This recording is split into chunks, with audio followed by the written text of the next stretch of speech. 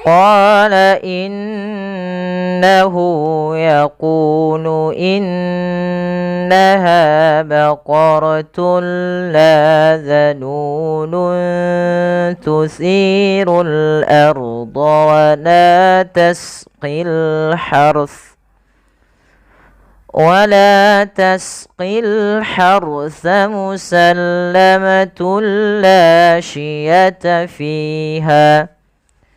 Teman-teman, hati-hati dalam melafalkan sa di sini, jangan harsa, tapi dia harsa, sa, huruf sa kecil ya. Nanti insya Allah kita akan bahas hukum tajwidnya. Qalul ana ji'ta bil haqq فذبحوها وما كادوا يفعلون.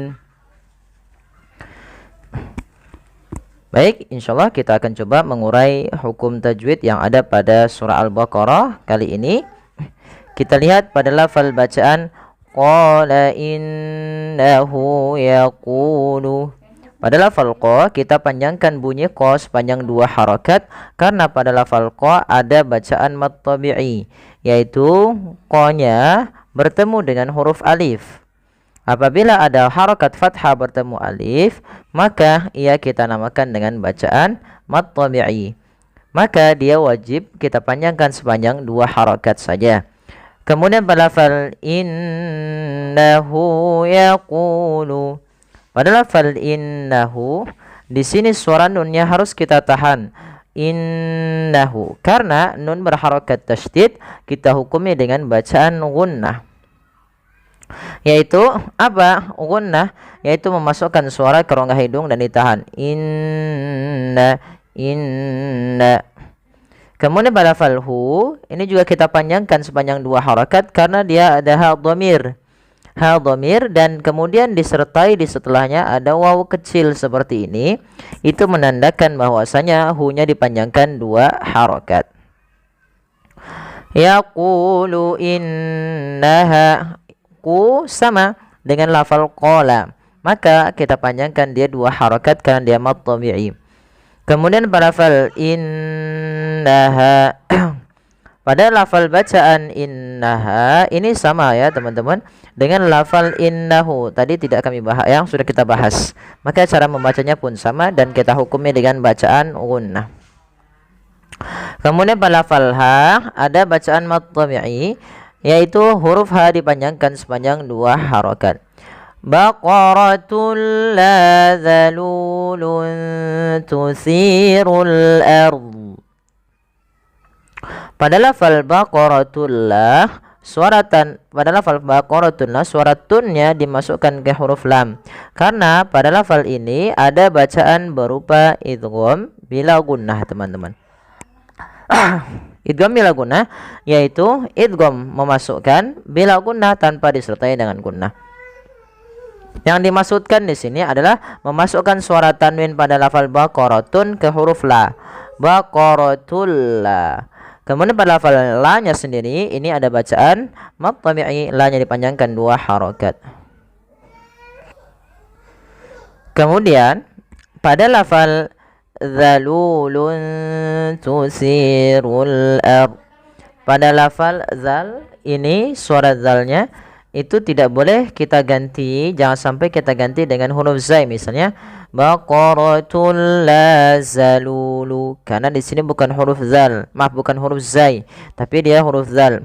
Agar lebih tepat di dalam melafalkan huruf zal, ujung lidah kita itu tempelkan saja ya dengan gigi sari sehingga za terbunyikan dengan huruf zalnya. Zalulun tusirul ard. Pada lafal luntu di sini ada dhammatain bertemu dengan huruf ta, maka cara membacanya samarkan suara tanwinnya kepada huruf ta, bukan zalulun tusiru, tapi zalulun tusiru, yaitu menyamarkan suara tanwinnya atau suara nunnya dirubah kepada huruf ta. Zalulun tusiru sembari kita tahan. Dan ini bacaan ini kita namakan dengan bacaan ikhfa. Nah, ikhfa itu teman-teman tidak semua dibaca dengan ang ya. Nanti ada yang dibaca dengan sesuai dengan makhrajnya. Zalulun tu. Bukan zalulung, bukan lung tu ya, tapi zalulun tusirul ard. Kemudian pada lafal si ini panjangkan si-nya 2 harakat karena dia ada mad tabi'i. Kemudian pada lafal tusirul ardo, ru bertemu dengan alif lam, maka langsung kepada huruf lam yang selanjutnya. Dan di sini alif lamnya kita namakan dengan alif lam qamariyah, yaitu alif lam yang tertulis dan dibaca dengan jelas. Kemudian pada lafal ardo, ro-nya tebalkan al-ardo. Wala tasqil harsa. Ini sering terjadi kesalahan ya. Wala mad tabi'i, panjangkan la-nya 2 harakat. Tasqil harsa. Ini ha di sini ha kecil, jangan dibaca dengan ha besar, jangan tasqil harsa, tapi dia harusa. Huruf ha yang kecil itu dikeluarkan dari tenggorokan tengah.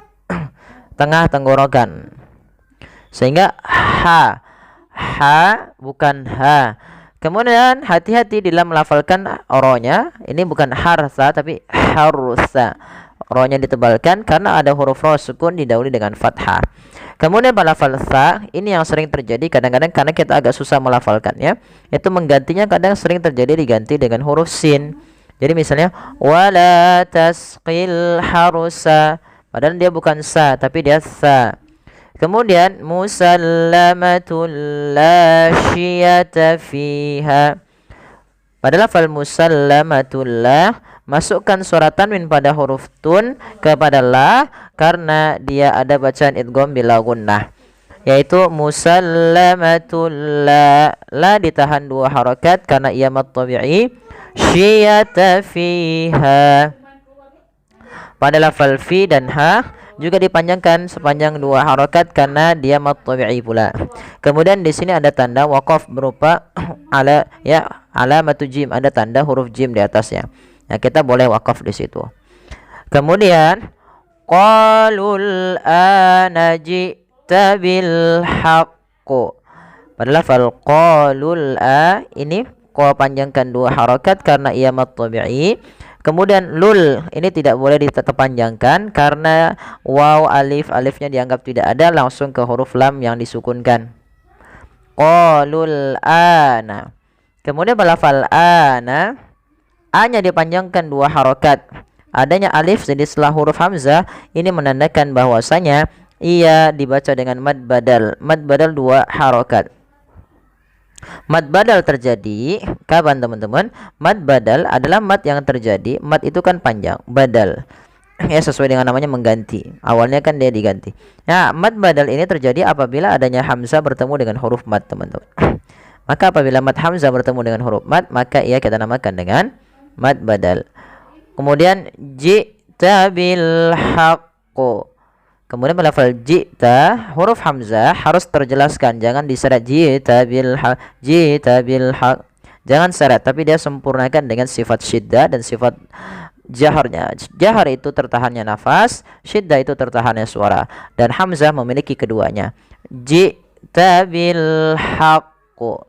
Ji'ta bil haqqu. Ya.